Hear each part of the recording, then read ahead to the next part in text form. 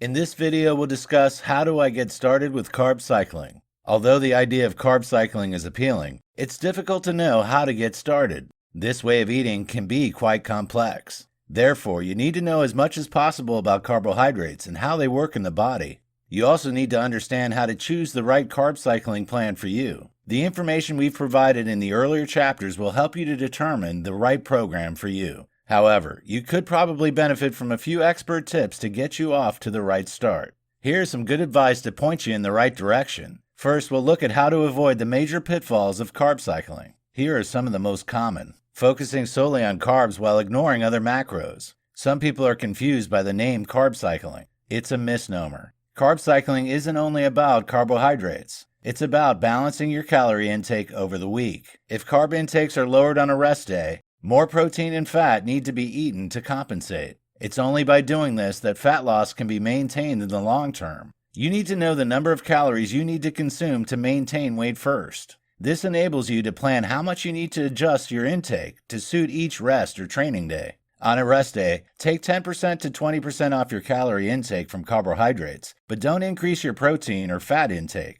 There are 4 calories in each gram of carbohydrate. Therefore, if you eat 2,000 calories each day, cut your intake of carbs by 50 grams on rest days. Your calorie intake is varying too much. The 10% to 20% rule specifically applies to carbs. However, you shouldn't ever have 33% difference in the total amount of calories consumed over the week. Too much variance hurts recovery. It also makes it more difficult to adhere to the carb cycling regime. You can remedy this by eating a minimum of 68% of your usual energy intake on low-carb days. You're using your high-carb days as a cheat day. High-output days aren't an excuse to eat anything you like. If you do this regularly, unhealthy eating habits start to set in. You can fix this by focusing mainly on foods that are dense in nutrients. Eat more whole foods such as oats and potatoes on your carb days. Eat more nuts and eggs on your low-carb days. You'll feel full, but won't ruin your overall regime. Now you know what to avoid. Here's some tips for every carb cycling program.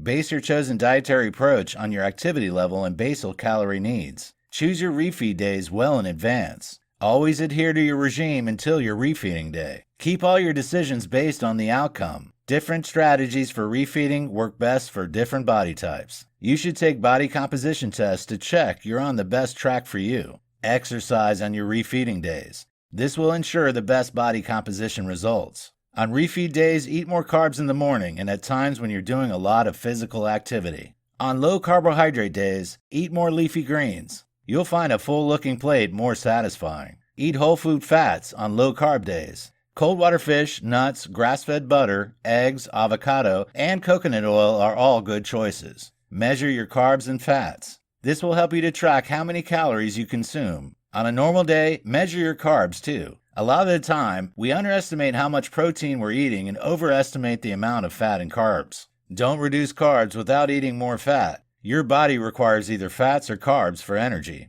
That means you'll need to fuel up for the day in one way or the other. You might be tempted to avoid eating to lose more weight on normal or low carb days. This is a bad idea. It could result in your body breaking down more muscle.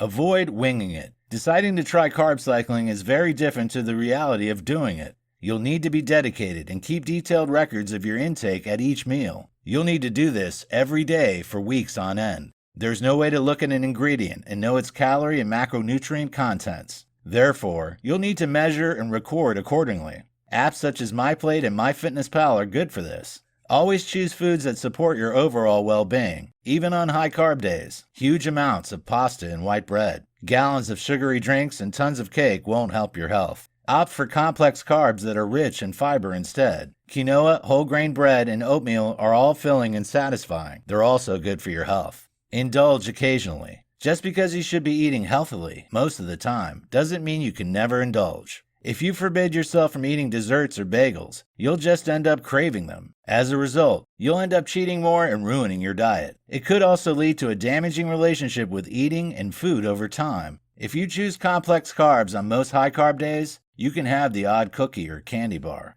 Talk to an expert. Nutrition can be a complex subject, nuanced for everyone. Working closely with a professional could, therefore, be a good idea. A nutritionist will be able to draw up a personalized diet plan which is based on your needs. It will be tailored to suit your specifications, your goals, and your activity level. This will ensure you get all the right nutrients but still achieve your chosen outcomes.